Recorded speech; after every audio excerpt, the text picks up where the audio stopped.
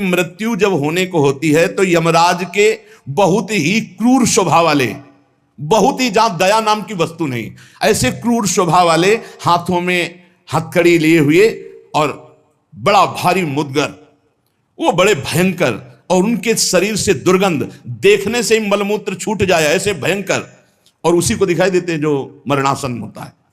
यमदूतों की दृष्टि पड़ते ही वो शरीराहंकारी जीव कांप पड़ता है। अब बोलने की हिम्मत नहीं, कफ पित्त वायु सब बिगड़ चुका है, कोई सहयोग देने वाला नहीं, सांस भी नहीं ली जा रही। अब उसका चित्त वहीं भ्रमण करेगा, मेरा पुत्र बचा ले, मेरी पत्नी बचा ले, मेरा परिवार। भगवान की तो याद जीवन में की नहीं, तो अब भगवान की अगर याद की होती तो ऐसी दुर्दशा नहीं होती। अब वो चीखने की कोशिश करता है पर आवाज नहीं निकलती, एक शब्द भी नहीं निकल, बार बार प्रयास करता है कोई मेरी रक्षा कर ले। इन भयावन दो यमदूत होते हैं, उसका मल निकल जाता है भयवश, मूत्र छूट जाता है, मुख सूख जाता है, आंखें पलटने लगती हैं, सांस ऊपर को उठने लगती है, देखने की शक्ति नष्ट हो गई, भारी वेदना, तड़पता हुआ वो शरीर को छोड़ता है। अब जैसे जैसे बोले कि शरीर तो यहीं छूट जाता है, दंड किसको मिलता है? तो आप स्वप्न में जब पीटे जाते हैं तो आपको पीटने का दुख होता है कि नहीं होता है? पीटने का दुख होता है, जगने के बाद पता चलता है वो झूठा होता है। शरीर तो स्थूल आपका सैया में सोया होता है, जब चाकू मारी जाती है ना तो वैसे अनुभव होता है, वैसे अनुभव होता है। तो ये जब स्वाप्निक शरीर में अनुभव हो गया, वो तो यम यातना देह पर्सनल, जैसे जेल की वर्दी मिलती है ऐसे एक शरीर मिलता है। उस जीवात्मा को मन बुद्धि चित्त अहंकार 5 ज्ञान इंद्रियां 5 कर्मेंद्रियों सहित उस शरीर में पैक कर दिया गया, उसका नाम यातना देह है। अब उसको शरीर से ले जाते हैं यातना देह से, स्थूल देह तो यहीं छूट गया, सूक्ष्म शरीर कारण शरीर पैक कर दिया गया यातना देह में। जैसे स्थूल शरीर में स्थूल शरीर छूट रहा, यातना देह मिली, वो सूक्ष्म होता है। अब ये माता पिता का गर्भजनित देह नहीं है, ये दंड विधान वाला है, ये कर्म जनित होता है, इसे यातना देह कहते हैं। यमराज के दूत फांसी लगाते हैं गले में, जैसे कुत्ते के नहीं डाली जाती है ऐसे, और पीछे से मुदगरों की मार घसीटते हुए ले जाते हैं। पीछे से ऐसी मार कि वो चीखता है, चिल्लाता है, पूरा अनुभव जैसे स्थूल शरीर में, ठीक वैसे ही उसमें मरना नहीं होता। बस एक खास बात होती है, क्योंकि स्थूल शरीर में मरना होता है, सूक्ष्म शरीर कारण शरीर जो यातना देह में, उसमें मरना नहीं होता। बहुत लोग कहते हैं शरीर तो यहां छूट गया, फिर नरक स्वर्ग किसको मिलता है? अरे शरीर एक कोट की तरह उतार दिया गया, तू तो उसी में पैक है, अभी भूल मत कर। अब देखो दक्षिण दिशा की ओर उसे दौड़ाते हुए मारते हुए पीछे से ले जाते हैं, और तप्त बालू, आग जैसी तपती हुई बालू, जैसे यहां कुश होते हैं ऐसे लोहे के कांटे होते हैं, उस पे चलना, कांटे फैले हुए हैं, कहीं लोहे की बड़ी बड़ी कीलें गड़ी हुई हैं, कहीं लोहे की कंकरीली ऐसी भूमि, लोहे के ऐसे सैकड़ों कांटे जैसी गुखरू जैसी ऐसी डाल दी गई हैं लोहे की, और अत्यंत कठोर, जब उसमें पैर रखते हैं भारी कष्ट, और पीछे से मार, वहां दया नहीं है। कहीं आगे भूमि आग जैसी जलती हुई, कहीं सैकड़ों गड्ढे जिनमें गिरा गिरा करके मारते हुए ले जाते हैं, और सूर्य भगवान इतने नजदीक से ताप देते हैं कि आग लगती है, वो सूर्य की किरणों से जलता है। ऐसे यमराज के उस मार्ग में घसीटते हुए यमराज के दूत ले जाते हैं, यमपथ, और बीच बीच में दूत उनको कठोर ताड़ना देते हैं, रोक रोक के, मरना है नहीं। जिस समय जीव को घसीट कर ले जाते हैं, सैकड़ों घुड़कियां मार, इस तरह का कष्ट हो। अभी ये ब्याज है, नरक नहीं पहुंचा, अभी तो यात्रा है, बिना किसी सवारी के यात्रा होती है 48 मिनट 2 घड़ी में। जो मनुष्य यहां छत्र दान किया है किसी को, श्री जी को, बिहारी जी को, गुरुजनों को, आचार्य जनों को छत्र दान किया, तो जब वो जाता है तो ऊपर के ताप से बच सकता है, उसे वही छत्र मिलेगा। और जो किसी को पूज्य जनों को पादुकाएं दान की है, फिर उसको पादुका, अगर अन्न दान किया है तो रोक के भोजन, ये मोक्ष नहीं, कल्याण नहीं, दान पुण्य से नहीं होता, ध्यान दीजिए। हाँ, उस भारी संकट के समय में तुम्हें भोजन मिल जाएगा, पौशाला खोला पानी पिलाया तो तुम्हें पानी मिल जाएगा। और जो मूर्ख यहां आकर के ये सब नहीं किया तो जाना उसको भी यमपुरी है। भजन के बिना यमपुरी से नहीं बच सकते, दान पुण्य करके। अवश्य में भोक्तव्यम कृतम कर्म शुभा शुभम, इसीलिए समझ लो, सोचते हो कि हमने दान पुण्य कर दिया, हमारे लिए विमान आएगा परम पद का, जाना नरक ही पड़ेगा। बारी मथे घृत होए बरु सिकता ते बरु तेल, बिनु हरि भजन न भवतरी या सिद्धांत पेल। भजन के बिना नहीं, इसलिए कह राधा राधा राधा। अब इस प्रकार की यात्रा, अनेक प्रकार से कष्ट भोगता हुआ पाप पीड़ित जीव धर्मराज के नगर में पहुंचा। अब वहां सेकंड के कम हिस्से में हिसाब हो जाता है। ऐसा थोड़ा क्या नाम है, कहां से लाए हो, क्या क्या किया, ऐसा नहीं, एक सेकंड के कम हिस्से में बहुत ही लाइन लगी हुआ। यम यातना के शरीर में भारी कष्ट भोगता हुआ जीव, दाह का अनुभव करता हुआ, कांपता हुआ, भयंकर वेदना से युक्त सामने खड़ा हुआ। देखते ही निर्णय हो गया। अब वहां से उसको उसके कर्म के अनुसार नरकों में ले जाया जाता है। जिसने यहां सूर्य भगवान को प्रातःकाल उठ करके जलांजलि दी है, पुत्र हैं भगवान यम, सूर्य पुत्र, जो अपने पुरखों का पिंडदान किया है, जो समय समय पर अपने पूज्यजनों को, गुरुजनों को, संतों को अपने घर में बुलाकर भोजन पवाया है,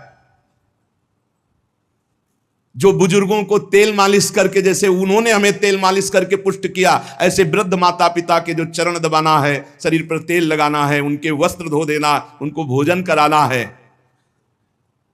उसको वहां थोड़ा आदर मिलता है। बैठो, खान पान, थोड़ा सुख सुविधाएं। नरक से नहीं बचोगे, भगवत भाव के बिना नरक से नहीं बचोगे।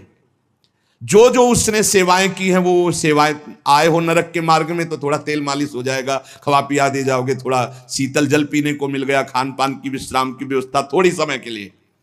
अरे इसीलिए जय श्री हरिवंश नरक गति दो। ये जो अपने माता पिता को गाली देते हैं, जो मनमानी आचरण करते हैं ना, खूब अच्छे से तृप्त होते हैं। अब बात यह कि याद नहीं रहती ना, जैसे गर्भ की बात याद नहीं, यार गर्भ की बात याद आ जाए तो तुम भजन के सिवा कुछ नहीं करोगे। मरने की बात याद आ जाए कि पीछे जब मरे थे तो कितना कष्ट हुआ, मां के गर्भ में रहे कितना कष्ट हुआ, ऐसी जेल तो है ही नहीं मां के गर्भ जैसी। विचार करके देखो। अब वो मृतक जीव जो जो सुविधाएं दान की थी, वो उसे कुछ दिन के लिए वहां सैया मिल गई, भोजन मिल गया, विश्राम मिल गया। कुछ दिन के लिए भाई, बहुत होश में, दान पुण्य के भरोसे मत रहना। अब जब वो पुण्य खत्म हुआ उनका, तो यमदूत उनको साथ लेकर गए। 12 दिन तक उसको पुण्यों के भोग का अवसर मिलता, तभी तक 13वीं तक कहते हैं जीव को नरक की गति नहीं दी जाती। 12 दिन तक उसको होगा कोई विश्रामालय, उसमें रखा जाता है। 12 दिन तक जो पुण्य सुकृत हुए उनको भोग ले, अभी आराम कर लो, नरक आए हो। अब नरक में प्रवेश होगा 13वीं के बाद। तभी कहा जाता है जल्दी जल्दी 12-13 दिन खूब पुण्य कर ले, उसको दान करो आत्मा को, तो उसकी उन्नति हो जाएगी। कोई ये झूठी बातें नहीं है।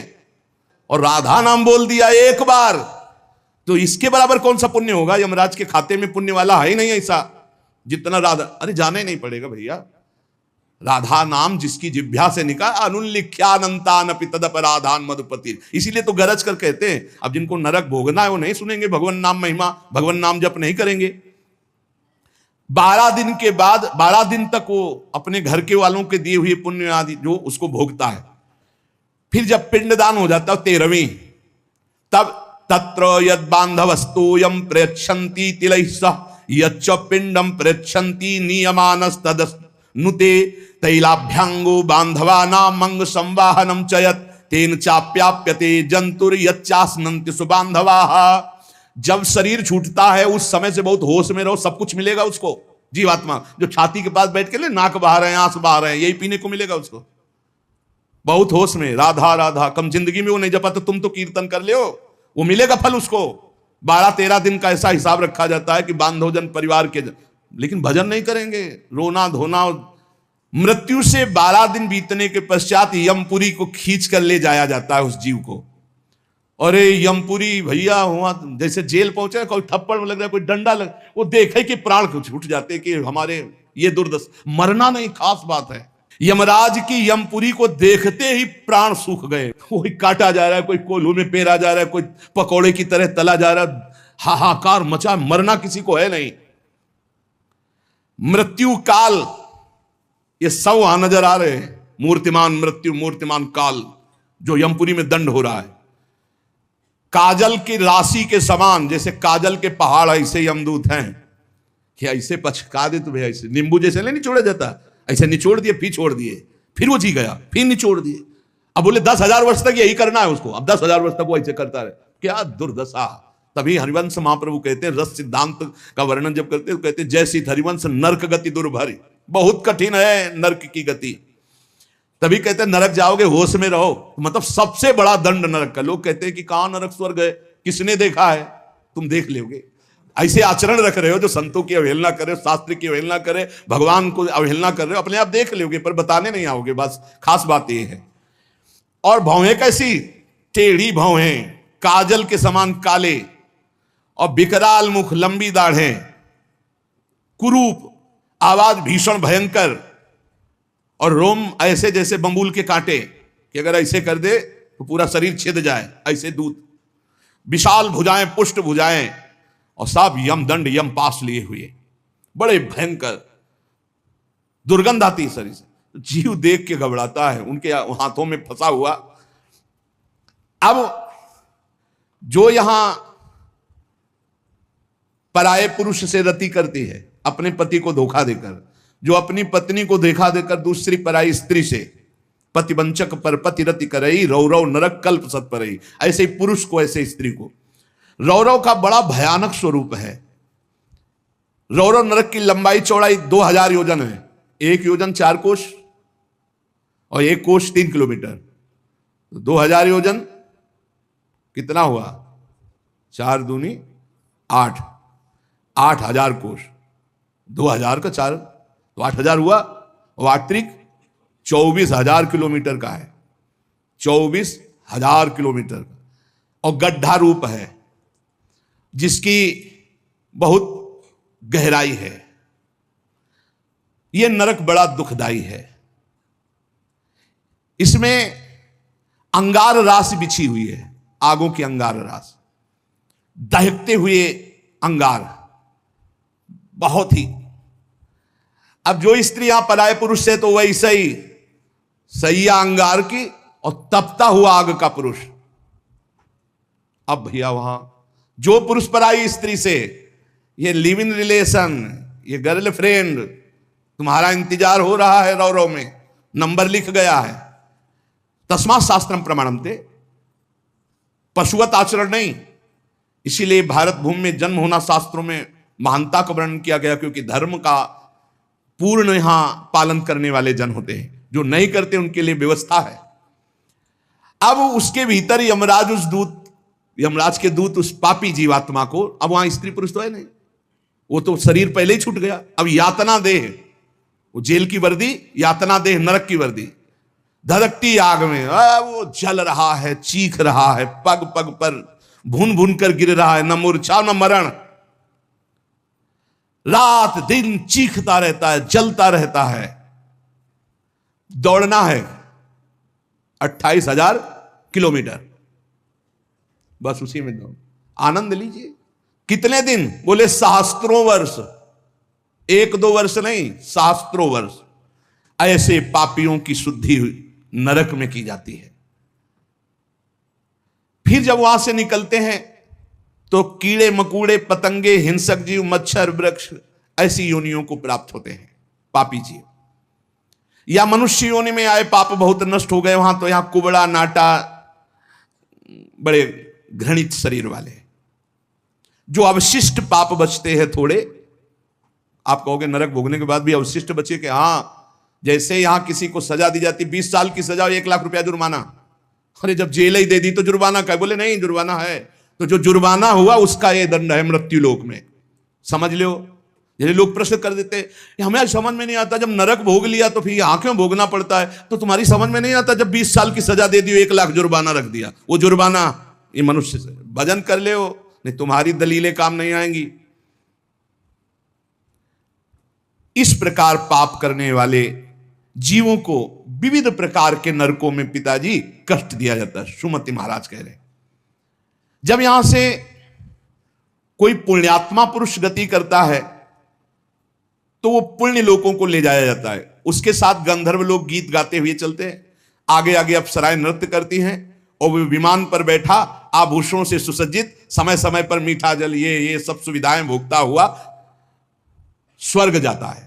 और वहां अपने पुण्य के अनुसार अप्सरा, विमान, महल सब सुविधाएं प्राप्त करता है, पर वहां भी जलता रहता है, क्योंकि उसके दिमाग में एक माला पहनाई जाती है उसके शरीर में, उसको बता दिया जाता है जिस दिन ये माला कुम्हला गई या खोपड़ी के बल से नीचे फेंक दिए जाओगे, मृत्यु लोक की विसंति। अब वो रोज माला देखकर जलता रहता है कि माला कभी, और जहां कुम्हलाना शुरू हुई तो भयंकर पीड़ा, ये सब छूट जाएगा, अप्सरा, महल, बड़ी सुख सुविधा में आ सकती, और वो सब छूट जाएगी। अच्छा, ये दुख, और दूसरा एक दुख बगल में दूसरी अप्सरा वाला निकला विमान, जो उससे कई गुना सुंदर, कई, अब वो जल रहा है, उसको शांति नहीं। तब लगी कुशल न जीव कहूं, सपने हूं मन विश्राम, जब लगी भजत न राम कहूं, शोक धाम तज काम। पिताजी, जो मनुष्य यहां वीर्य को नष्ट करता है, बर्बाद करता है, उसमें जीवात्मा होती है। ये बहुत ध्यान देने, इनको इनाम में महारौरव नरक मिलता है, परिणाम में महारौरव नरक। ये जो अष्टमैथुनों का प्रयोग करके बिना शास्त्र मर्यादा के वीर्य को बर्बाद करते, जैसे शास्त्र मर्यादा है संतानोत्पत्ति के लिए, गृहस्थ मासिक धर्म के बाद, पवित्रता होने के बाद, भगवत चिंतन करते हुए, भगवान की सृष्टि पूर्वक जो आराधना का भाव रख करके संतान उत्पन्न, बस उतने के लिए शास्त्र आज्ञा करता है। नहीं, मानव जीवन बहुत ही सावधानी के लिए, वीर में ये सब हम आप जैसे प्रकट हुए ऐसे जीवात्मा विराजमान है, उसको यथास्थान ना समर्पित करके और नष्ट कर देना, या फिर संतान नष्ट कर देना, या बहुत तरह से जो ये है महारौरव नरक की प्राप्ति होती है। नारकी घोर दुखदाई नरकों में ये जब जीव गिराए जाते हैं तो इनको पहले पता होता कि मेरे इस पाप का दंड मिल रहा है, मैंने जो पाप किया है। बहुत ध्यान देने की बात है, अभी तक जो चर्चा हुई उसमें खास बात यह है, आचरण पवित्र ना होने से नरकों की प्राप्ति समझ लो। पहला, पराई स्त्री की तरफ या स्त्री पराई पुरुष की तरफ जो व्यभिचार प्रवृत्ति करती है उसे रौरव नरक मिलता है। यहां जो व्यर्थ में वीर्य नष्ट करते हैं अन्य प्रकार से, इसे खिलवाड़ न समझा जाए, मनोरंजन नहीं है। मानव देह बहुत बड़ी संपत्ति है जो भगवान की प्राप्ति के लिए मिली है। जैसे आप अभी पता चले कि आप शरीर को नष्ट करना चाहते हो तो हमारी भारत सरकार आपको बंदी बना लेगी। सरकारी संपत्ति, आप जी सकते हो, केवल सेवा कर सकते हो, कर्म कर सकते हो, लेकिन इसे नष्ट करने का अधिकार नहीं। तो भागवतिक भी दंड है इसमें। तो आपको जो संपत्ति मिली हुई है, आंख, नेत्र, कान, सब इंद्रियां, इनका सही मार्ग में प्रयोग करो। गलत प्रयोग करोगे तो दंड मिलेगा। तुम इसके स्वामी नहीं हो, तुम सेवक हो, ये भगवान की दी हुई वस्तु है।